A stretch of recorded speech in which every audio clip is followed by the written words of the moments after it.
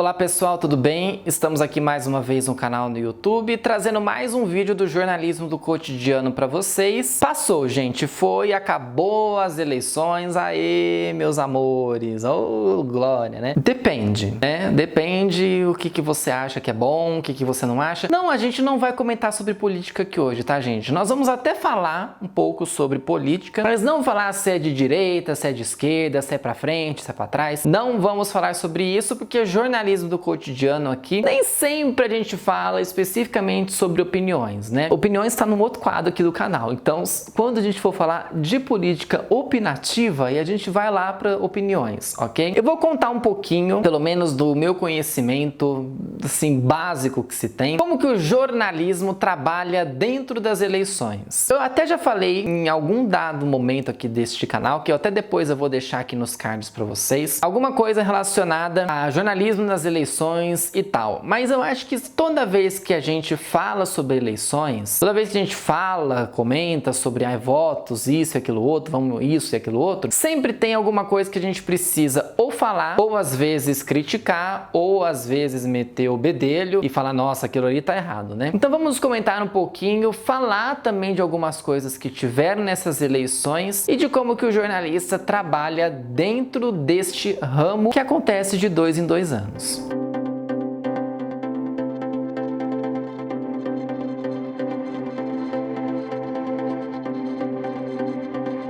Já deixa o seu joinha nesse vídeo e se inscreva no canal para você não perder nada por aqui. E eu também depois eu vou deixar aqui nos cards para vocês toda a playlist do jornalismo do cotidiano. Uma coisa que a gente sempre tem assim muito a falar, né? Uma coisa que eu acho que é a primeira que a gente vê assim, é a questão das campanhas. Seja as campanhas na televisão, no rádio, na internet, ou também as campanhas que acontecem de porta em porta, nos comícios, né, e toda essa coisa, né, que acontece de você encontrar com o candidato ao vivo. O que a campanha tem a dizer? A campanha, teoricamente, né, o que a gente tange ali a falar sobre, ela tem que mostrar as propostas dos candidatos. Por mais que a propaganda política tenha em torno, acho que de 30 minutos, 40 minutos e tem que apresentar tudo na campanha, tem que apresentar tudo ali naquele momento, nem sempre a maioria das propostas são colocadas ali, né? Porque às vezes o candidato, ele se dedica a falar de uma coisa, ele se dedica a mostrar o que ele já fez, ou normalmente, como acontece bastante, ele se dedica a falar mal dos outros candidatos. Existe o lado de falar mal dos outros candidatos e existe o lado de você apontar que você é bom, de que aquele candidato é bom, de por que você tem que votar em mim, né? Vamos votar em mim, vamos fazer isso, vamos fazer aquilo outro. Mas sempre tem aquela parte, sempre vai acontecer do candidato A falar do candidato B. Nós tivemos isso à torta e direita nessa campanha. Seja na campanha que foi agora de presidente, seja há 2 anos atrás, quando a gente teve campanha de prefeito e vereador. Sempre acontece. É bom isso? Não existe assim uma restrição do que eu posso falar na campanha, né? No que eu vou colocar lá na minha propaganda política. Não existe uma restrição. Você pode tanto falar mal do seu adversário, tanto você pode falar de você ou só falar mal. O problema é que só você falar mal, né, você só ficar batendo de que o candidato tal é muito ruim, você não está apresentando exatamente o que você vai fazer para o país. Você está apresentando coisas que são banais, né? Que muitas vezes as pessoas já sabem. Isso tem muito dedo do jornalista, né? Do próprio assessor. E aí eu já entro nisso da questão do assessor, né? O assessor, ele ajuda bastante. O assessor serve ali para alguma coisa. O assessor serve para dar essa orientação. Mas muitas vezes o assessor tá ali para lamber o candidato, né? Infelizmente. É aquelas pessoas que estão atrás, né? O candidato tá dando entrevista, né? Para emissora e tal. E tem um papagaio de pirata aqui, em qualquer lugar que seja, em volta do cara, ali atrás, até mesmo atrás do repórter. Tem os papagaios de pirata, que são os assessores, que estão ali simplesmente para mostrar a cara. Eles vão dar o suporte necessário ao candidato. Nem sempre esse assessor tem formação em jornalismo ou em qualquer área de comunicação. Não há necessidade disso. E normalmente alguns assessores podem até ser políticos e até ser candidatos. Isso acontece. Mas eles são a principal arma ali para tratar sobre os assuntos da campanha. Como que a campanha vai fazer, como que vai se direcionar as campanhas. E normalmente, né, ele sempre tá ali atrás, ele tá sempre acompanhando o candidato, porque às vezes ele vai ajudar o candidato a falar alguma coisa ou simplesmente para ele aparecer na televisão. E aí normalmente, né, o jornalista, quando chega nessa parte de eleição, tem uma coisa que é assim gostosa, né, de fazer. Eu nunca fiz isso, mas eu acho que isso não deve ser bom, que é você ter que acompanhar o candidato nas passeatas deles. O fulano de tal foi lá na Vila Olímpia, em São Paulo, foi lá em Guarulhos, foi lá em Campinas, foi lá em Ribeirão Preto e falou com tal pessoa, falou com isso, falou com aquilo outro. Tem um jornalista atrás. O jornalista vai lá, parece um perseguidor, né, do candidato, e ele tá lá atrás do candidato, para saber o que o candidato vai falar, o que ele pretende com aquilo. Às vezes o candidato vai participar de um evento, vai participar de uma feira, e tem um jornalista que tá filmando, né, seja com o celular, seja com a câmera filmadora lá da própria emissora. Ele tá lá filmando o candidato, os assessores, né, todos os papagaios de pirata também que tá junto, e aí ele tá lá tentando ouvir o que o candidato fala. Aí na hora que acaba, né, que o candidato fala, até não poder mais no evento que ele tá, o candidato vai lá e dá mais entrevista, agora especificamente para aquele repórter. Candidato, o senhor vai fazer isso, isso, isso. Candidato, o senhor já tá falando isso aqui, né, nesse evento, né, como que vai acontecer? Normalmente retiram, né, essa fala do jornalista, isso normalmente fica na cabeça. A cabeça é quando você tá vendo, né, as imagens e o repórter tá falando. Aquilo que o repórter tá falando é a cabeça. Então o repórter tá falando,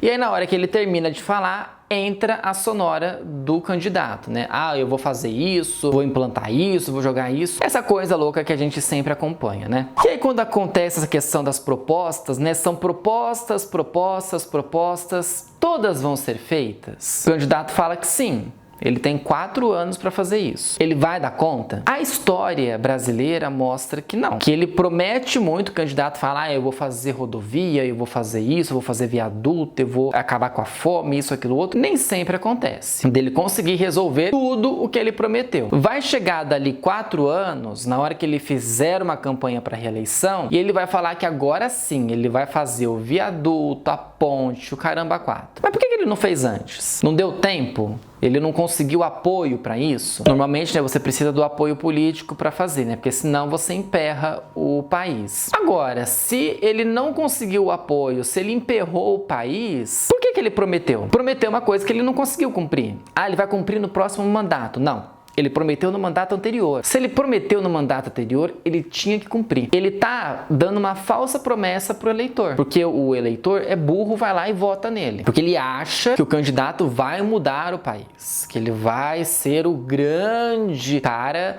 o grande candidato que vai mudar o país. Ah, porque eu vou fazer assim, porque eu vou fazer assado. Tudo bem, você prometeu, mas aí você não conseguiu cumprir. Aquilo não entregou isso. Não foi de mérito da sua entrega. Porque você prometeu e agora vai ficar para depois, se é que você vai ser reeleito. E a gente tem falado muito também sobre as campanhas de intenção de voto. Que as campanhas de 2022 enganaram muito o eleitor. Porque falaram muito sobre tais candidatos e na hora que realmente foi para a urna, isso não aconteceu. O que eu acho? Eu particularmente, acho que o método de pesquisas de intenção de voto está muito arcaico. Eu acho que precisa mudar, precisa pensar de uma outra maneira esse sistema, porque o sistema que está agora, ele não está servindo. Porque você vai lá, entrevista o cara, né, vai lá na casa dele e fala, ó, você tem intenção de votar em tal candidato? E a pessoa fala sim ou não, e na hora que ela vai lá na urna, ela fala que ela vota em outro. Sei lá, o candidato é o número 01. Vou falar isso para não falar um número maior e ser de algum candidato. Ah, eu vou votar votar no candidato 01. Mas aí ele vai lá e vota no candidato 02. Ele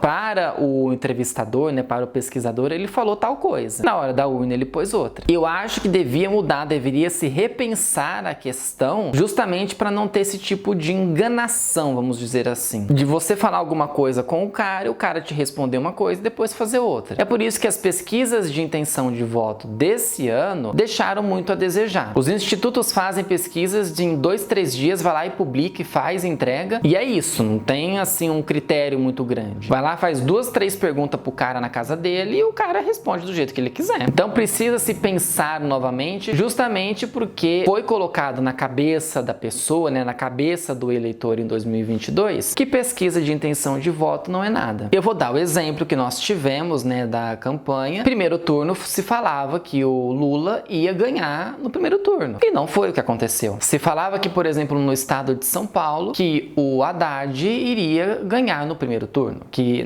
ele conseguiria ter votos o suficiente para ganhar no primeiro turno, e não foi o que aconteceu. Em muitos lugares isso não aconteceu. E aí ficou a dúvida: podemos confiar nas pesquisas de intenção de voto? O mundo fala que não. E agora, o que entra, né, para nós? Qual que vai ser o futuro desse país? A gente espera, independente do candidato que vá assumir, que ele entregue o melhor, que ele consiga fazer as coisas de acordo, pelo menos com o que ele apresentou de proposta. Nós tivemos o debate lá, né, que o debate mais icônico que nós tivemos, que foi o da Globo, que as pessoas preferiram, né, os candidatos preferiram se atacar do que falar sobre as propostas. Nós chegamos no primeiro turno sem saber o que dizer. Qual que é a proposta do seu candidato? Não sei, eles brigaram lá no debate. O futuro tá aí, gente. Entregue pro próximo candidato que vai assumir, né?